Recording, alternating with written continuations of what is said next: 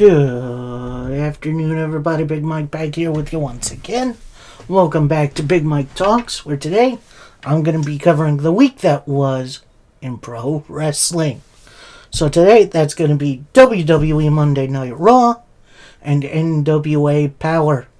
No AEW this week. I ended up watching the Met game this past Wednesday, so I did not watch, so I'm not going to cover Summer Sizzler, whatever that special that was.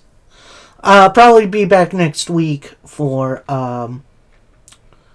Grand Slam from Arena Mexico, which looks like a fun show. So we're going to start this bad boy off with WWE Monday Night Raw.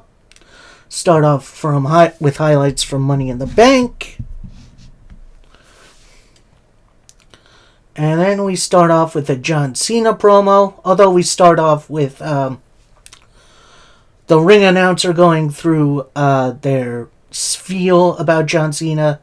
He's the best of all time, blah, blah, blah. All interesting stuff. So Cena finally gets on the microphone, says, "You teach me something every time you open your mouths. The truth is a lie," which that's going to be something coming very soon. "You opened your mouths and wasted breath on a comedy guy whose biggest accomplishment was pretending to be me. You don't have any real power to change anything. Truth will get cut again and you won't care. This is my farewell tour. I have limited time. We started off at 36 dates, points to the Tron, which has the dates on. And now after Mania, we're down to 27. I've been all over the place. And we're about halfway done. Goes down to about, I want to say like 15. Which we're getting there.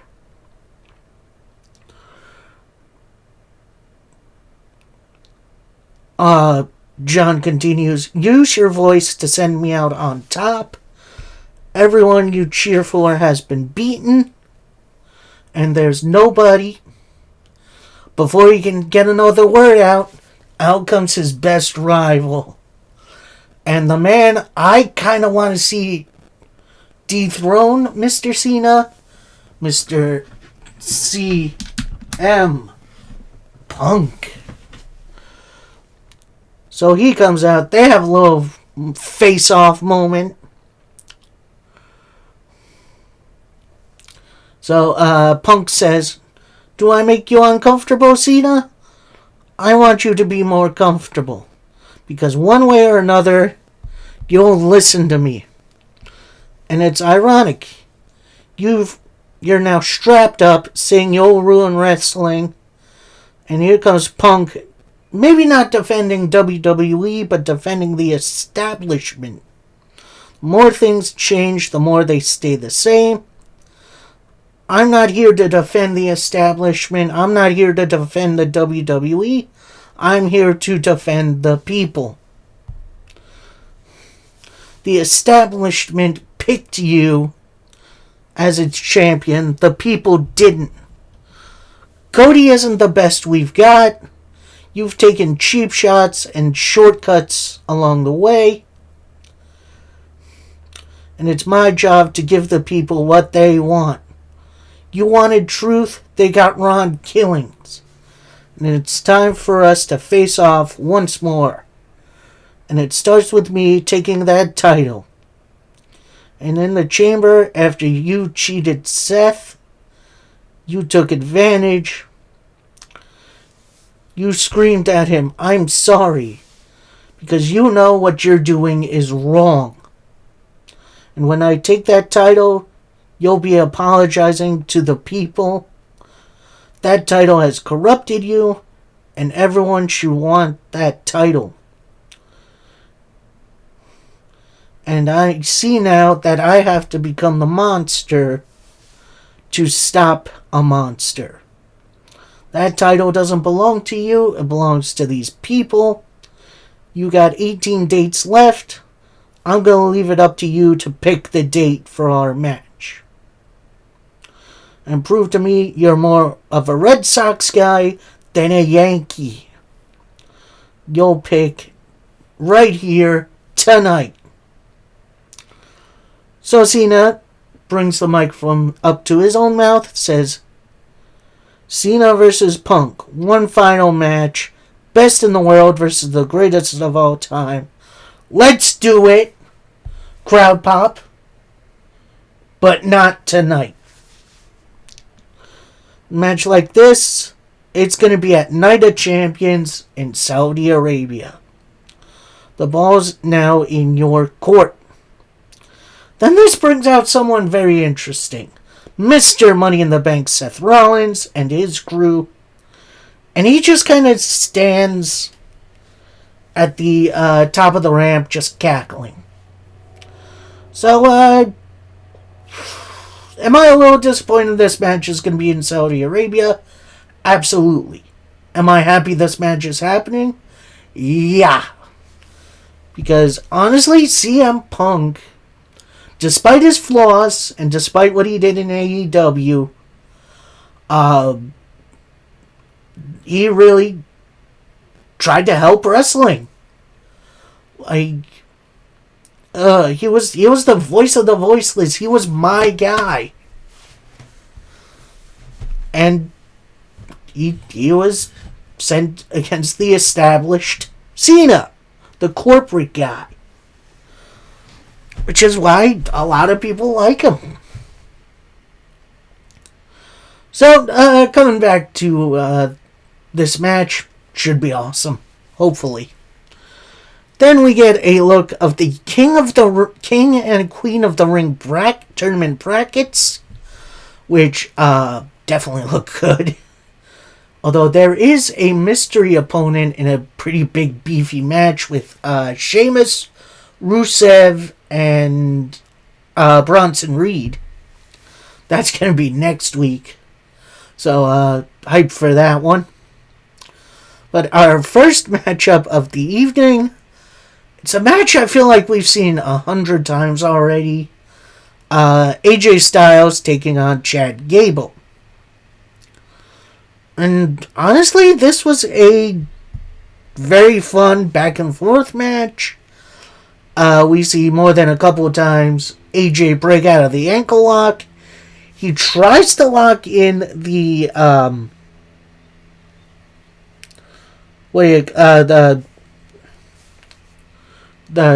calf crusher, but Chad Gable ends up blocking it. He blocks a Styles Clash, which is interesting.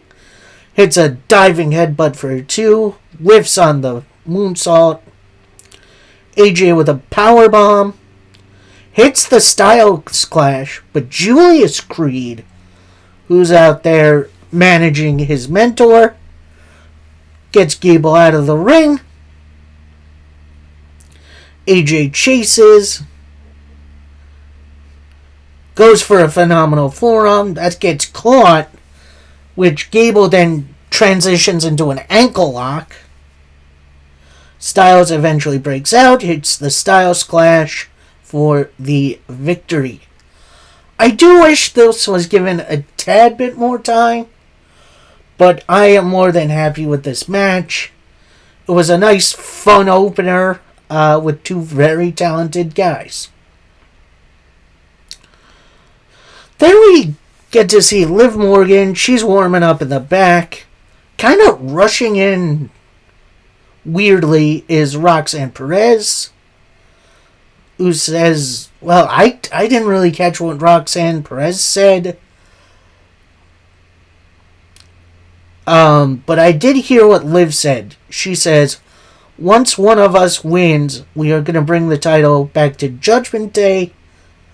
May the best woman... Actually, this is Roxanne saying, may the best woman win.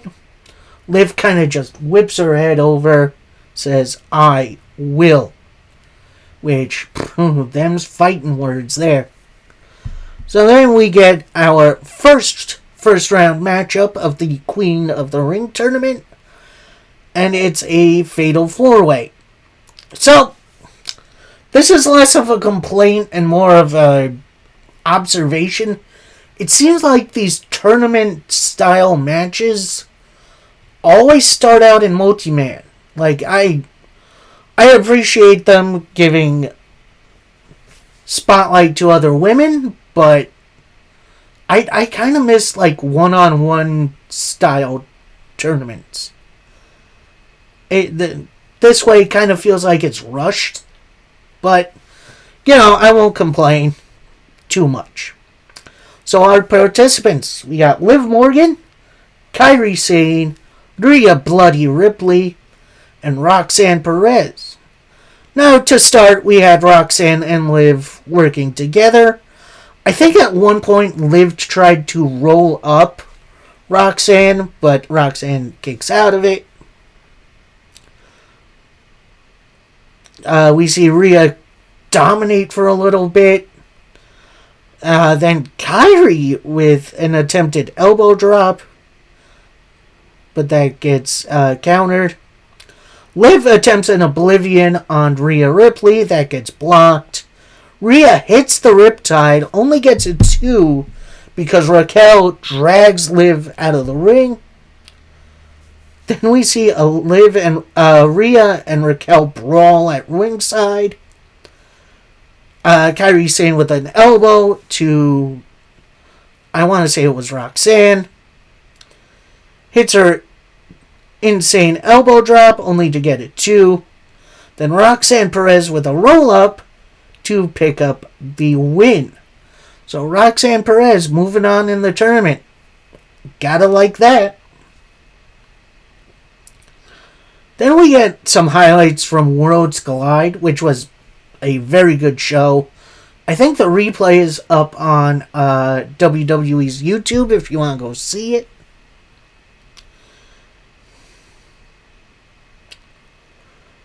So then we see Becky Lynch. She's in the back.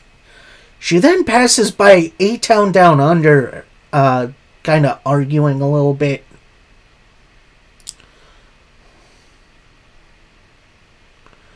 Then we see Jey Uso in the back warming up, as is Gunther. We're going to see them a little bit later. But first, we get a Nikki Bella hype video, which, she's making her comeback after some time away. We then see Natalya and Maxine Dupri talking to someone. Camera pans around the corner. It's Nikki Bella. We really don't hear what they say, but eventually we do hear Nikki praising Natalya a little, saying, "You're so much. Love yourself as a champion, blah, blah, blah." So some glad handing for some legends, which, that's fine, whatever. So, and actually, after that interaction with Natalya and Maxine, they walk off. Then Nikki walks like 2 inches away, runs into Io, in which she says, "I respect you so much, Io. You hold yourself really well as a champion. Keep on going." In which Io just kind of hee.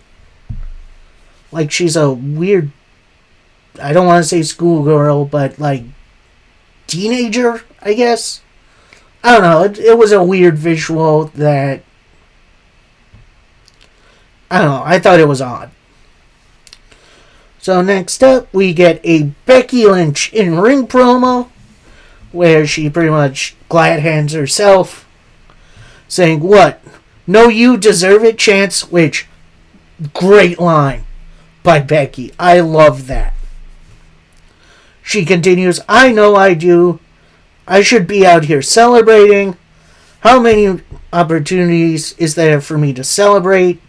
After winning every other title, the Royal Rumble, I've been in the main event of WrestleMania. Tonight should be an opportunity to celebrate." the greatest it's been. This is the greatest this title has been since is when I won it. And now it has become the greatest prize in WWE. Alright, easy there, Becky. Becky continues, but because Lyra ruins everything, she was so enraged when I won, she raised my hand so aggressively, I thought she dislocated my shoulder. Alright, Becky. I then tried to extend an olive branch to her, but she lost it. I now ask her to come out and apologize and raise my hand right. So, then there was a beat.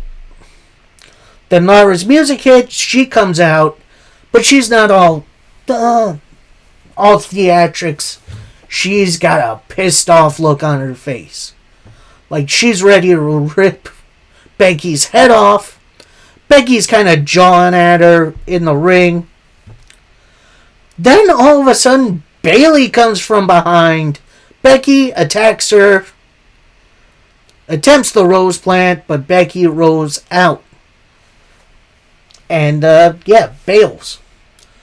Bayley coming back. Good for her. I like Bayley as much as the next guy. But, we'll see what happens. Coming down. So next we see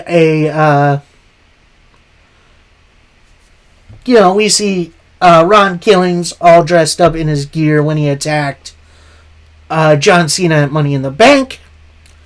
He takes off the hoodie, takes off the mask, gets a huge ovation. He gets on the mic, he says, "Don't let anybody tell you your voice doesn't matter. They heard and understood. I'm back because of y'all. You chanted, 'We want truth.' Our truth is back for you. You see truth is back. You got me back. We love truth. But I've heard truth can be too nice and too funny. Not Ron Killings. I wish you would. I feel alive. To anyone who thinks I'm a sideshow act." He then picks up a pair of scissors. He puts down the microphone. He cuts off the back of his hair, that's odd. Picks up the microphone again and says, the truth has set me free. I am Ron Killings, and I'll tell you nothing but the truth. So, we're getting a serious Ron Killings run. And if you don't know Ron Killings, in TNA, he had a more serious character when they were in the Asylum era, when they were doing penny pay-per-views. He's a multiple-time world champion, so maybe serious wrestler Ron Killings. Maybe we get one more run with the top title for him. I wouldn't be mad at it. So then we see Dominic Mysterio in the back, and he's on his phone or he's just pacing around. Then Finn and JD McDonough walk up to him saying, "Look, we got a match here tonight. What are you going to be?" Dom answers, "You had your shot at Money. How did you get a shot at the Money in the Bank? So I got this. I'm going to be King of the Ring." Roxanne Perez then walks in, kind of siding with JD and Finn, saying, "Oh, good job, everyone. Good job, Raquel." Then it pans over to Liv and Raquel walking up, with Liv saying, "Guys, go away. I need to talk to Dom. So everyone else walks off. And actually, no, it's for Roxanne. So Roxanne says to Liv, I helped you out there. I got nothing here. Finn tries to talk it out, saying, look, she'll be fine. Actually, no, it's Liv, Raquel, and Roxanne who walk off. So this is Dom saying, I helped you. I got nothing else here. Finn then says, look, she'll be fine.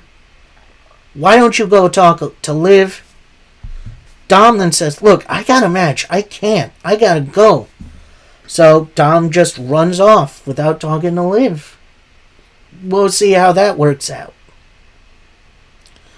Then we got the weirdest type video I think I've ever seen. Not for anyone currently under WWE contract, but for AAA's Mr. Iguana, who had a pretty dang good showing at Worlds Collide, and he apparently made a big impact. So then we see the Heyman family in the back, with Seth saying, look, I got money in the bank. Braun, you're going to win King of the Ring. It's all going to be ours. We're going to take those wins by force because this is our house. So nice little fired up promo from Seth as we go to our next matchup. And it's the first round matchup for the men's King of the Ring tournament. As we got Penta taking on Dominic Mysterio, taking on Sami Zayn, taking on Braun Breaker. And as soon as the bell rings, Dominic rolls to the outside.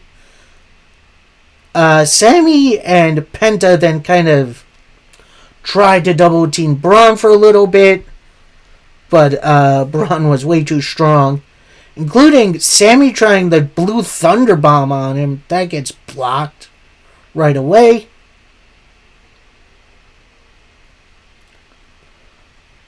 Dom with a diving DDT to the outside. That was absolutely nuts.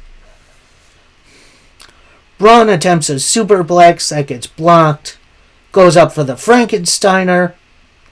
Tries a military press slam, but that gets blocked into a DDT by Penta.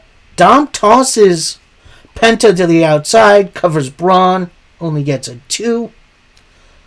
Sami Zayn in, tries the Blue Thunder Bomb a couple more times. That gets blocked. Braun hits a couple of suplexes on Sami. Sami on the last one hits the Blue Thunder Bomb, only gets a 2. Goes for the Helluva Kick, gets intercepted by Penta with a super kick. Penta then with a sacrifice, the Penta Driver for a 2, because Braun saved the match. Dom with a roll-up for a 2. Penta with a super kick, a sling blade into the Destroyer for a 2 count.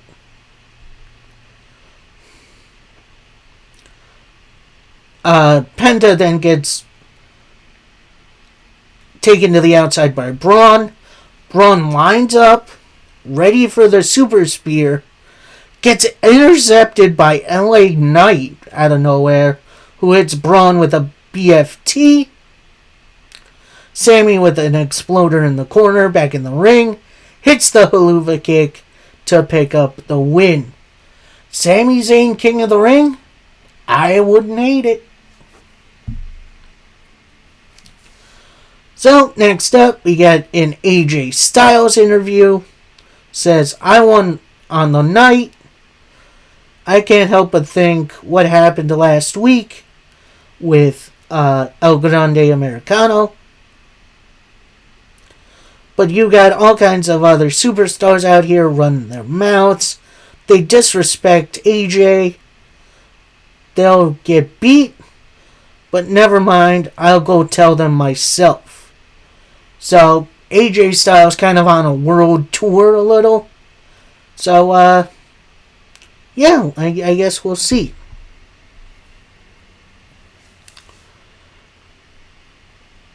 So then we go to a part of the arena, again backstage, with the New Day talking to Grayson Waller, which, that'd be an interesting little combination.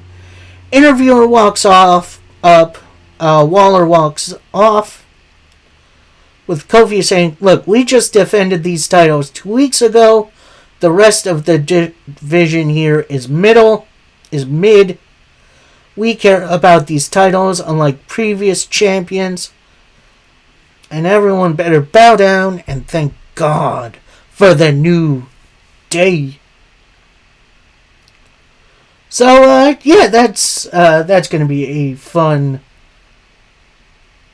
at least an interesting way to find some new challengers for the tag titles. We then get a promo video from Triple H announcing that WrestleMania 42, which was originally scheduled for New Orleans, is now being moved to Las Vegas, which is where the previous year's WrestleMania was. I don't quite know what happened there. I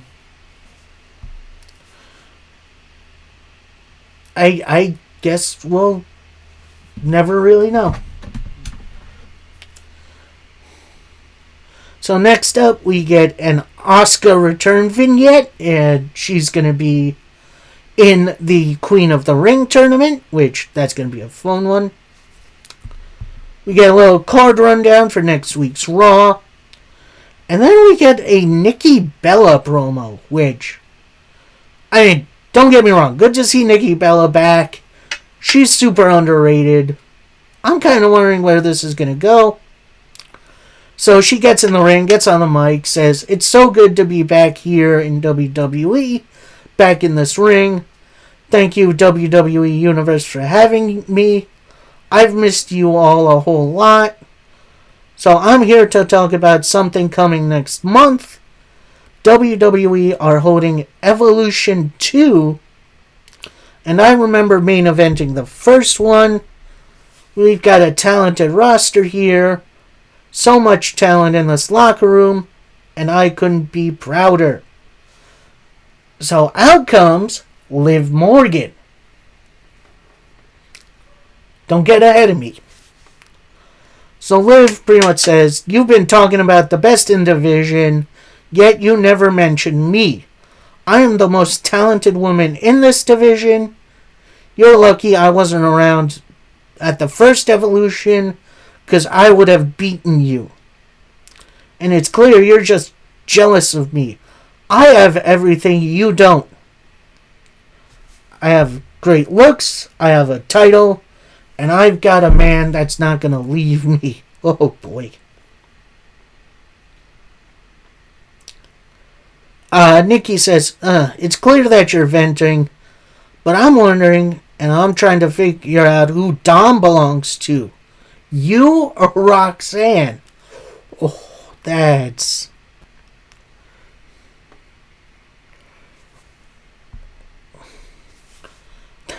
dang fighting words. So Liv then says, congratulate her for me for taking your title and man, but I'm still the champ and you're just a reality show diva. Nikki starts to leave. Liv goes for the Oblivion. No, Liv hits the Oblivion. And yeah, that ends the segment. So, more than likely at Evolution, we're going to see Liv and Raquel Rodriguez defend the title, not just against Nikki Bella, but against Brie as well. So that should be at least entertaining. Then we get a recap of the opening segment between Cena and Punk, which I think this was mostly trying to waste time a little bit. because we were kind of up against the time crunch. Then we get the not the poster, but the match graphic for Cena versus Punk for Night of Champions, which kind of depresses me a little. But now we get our main event, and I'm going to be honest, I completely forgot this was happening today. Like, there wasn't much hype for this match throughout the day, which is very weird. You'd figured we'd have some video packages or something. But, yeah, this was a very entertaining match.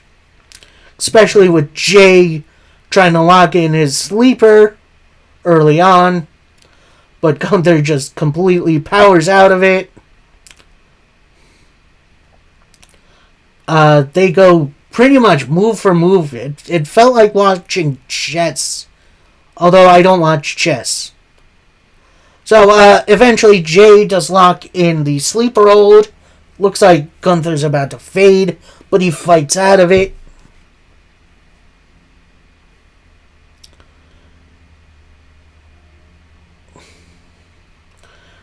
Jey Uso gets out of Gunther's sleeper, goes for a dive, but then Gunther moves and he just slams into the barricade. And then Gunther's just wearing down Jey Uso after a while.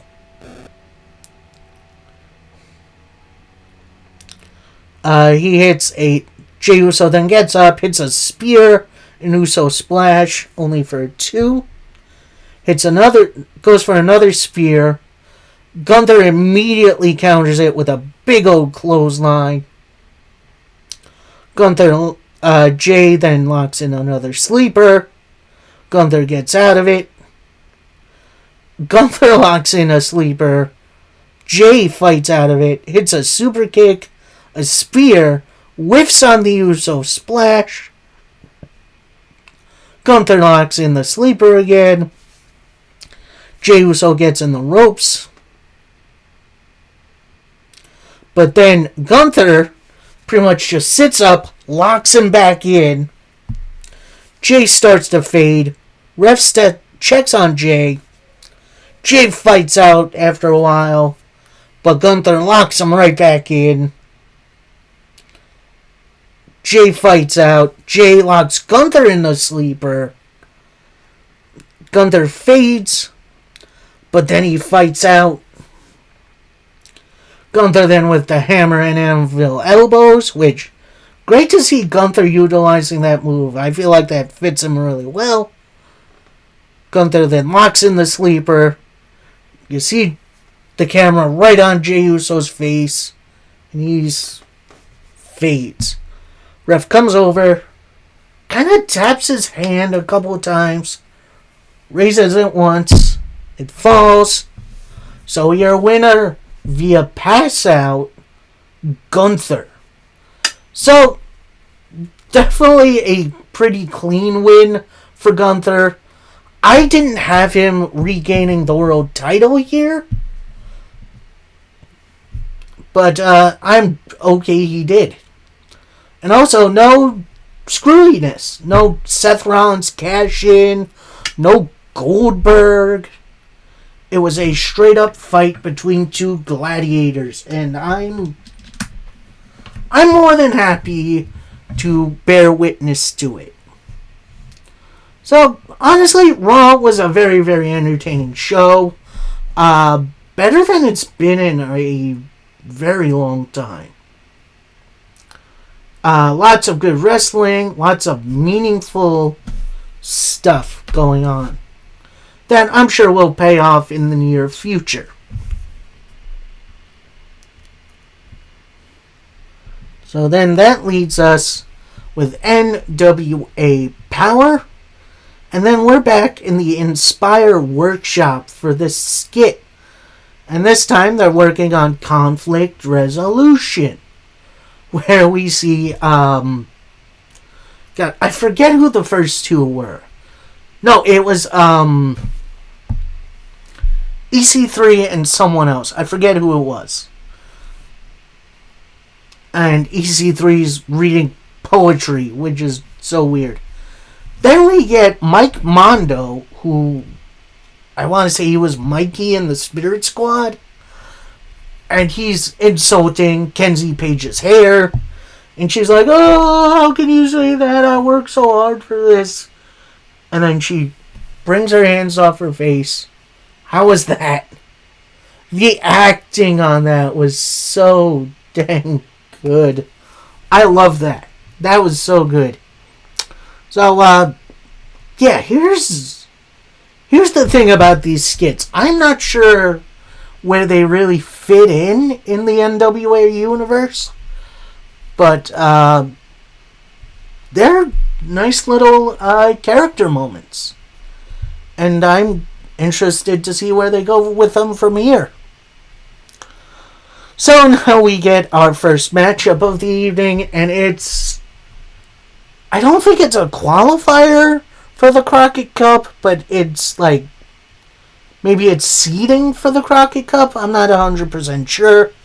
But we got Burchill and Joe Acosta, who is a very random pairing, but a very fitting pairing. And then their opponents, EC3 and Pretty Boy Smooth. These two are from the same territory, and EC3 runs it like a cult, which is very, very wild. So EC3 and Burchill start. I don't think these two have ever had a match together. So definitely very interesting to see these two guys. They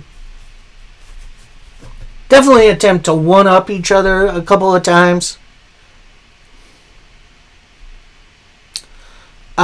Pretty Boy Smooth then distracts the ref on a knee bar from Burchill.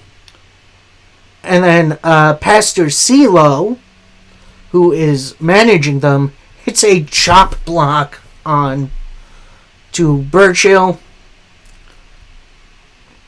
Burchill eventually fights off both EC3 and Pretty Boy Smooth after some quick tags by the two, including an attempted 1%er. Eventually, Joe Acosta gets in and starts running house. Acosta is attempting a suplex, but CeeLo grabs Acosta. And then EC3 with a big stomp. Goes for a Death Valley driver, but that gets blocked. Burchill then gets back in. Eats a couple elbows. EC3 with an eye poke. Pretty Boy Smooth on the outside with a KO punch, which that looked and sounded impressive. EC3 with the 1%er for the win. I do wish there was a little bit more to this match. I wish there were some stakes to it. But overall, a fun little opener. Next up, we go to this weird little match as we got Slade taking on Hunter Drake. So it's kind of a big guy versus little guy match, but apparently Slade is in the junior heavyweight division, which is very wild. So Slade does pretty much destroy Hunter Drake at the beginning of the match. Eventually, Drake does a lot of really good-looking high-flying stuff. Whiffs on the 450 splash near the end. Slade landlocks in the Slade lock to win via the submission.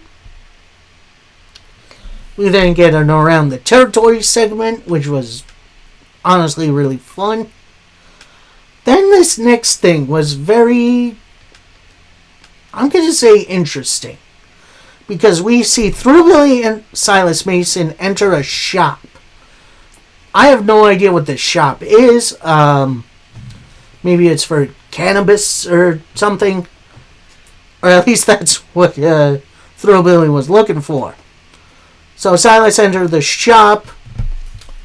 He looks right at the the sad-looking little teenager at the till. He says, look, I saw the flags out there. I know it's Prime Month, but where is it? Guy working the register says, where's your... no, this is still Thrillbilly, saying, where's your old prized stuff? Some old magazines, some Lifes, some Speed. Help me find something. The cashier then says, I have something, but I want to ask you a question first. Who's in the Crockett Cup for the Southern Six? So Thrillbilly starts to say, well, Kerry and Alex won it, but we got rotating roster. Who do you want to message? Stop it. So then the guy working the register says, you need to reestablish your position in the Southern Six. So Thrillbilly's kind of got this, I don't want to say dumbfounded look on his face, but he's definitely a little bit confused. Then he's like, oh, here comes Mondo. So Mike Mondo walks in and he's yoked. So he says to the guy working the register, no, I'm looking for some pre-workout. Guy on the register says, are you guys ready? Mondo then says, I'm ready to show Max what I'm all about. What gut check time is all about. Cashier then says, look, I got a message for you, Thrillbilly. Thrillbilly says, pulls out and phones and says, look, I got Kerry and Alex on speed dial, and I can have them come down here and beat you up in no time. The cashier then says, you are the Southern Six. Thrillbilly says, yeah, I know that. It's me, Kerry, and Alex. The cashier then says, so there's 3 members, but is there really? I think Kerry and Alex got lucky last year. Mondo then kind of puts his hands up saying, I'm not a part of this. Thrillbilly then says, I'm 100%. This year will be different. You should, this is actually the cashier. You should be in the Crockett Cup and win on your own. So, yeah, then we leave it at that.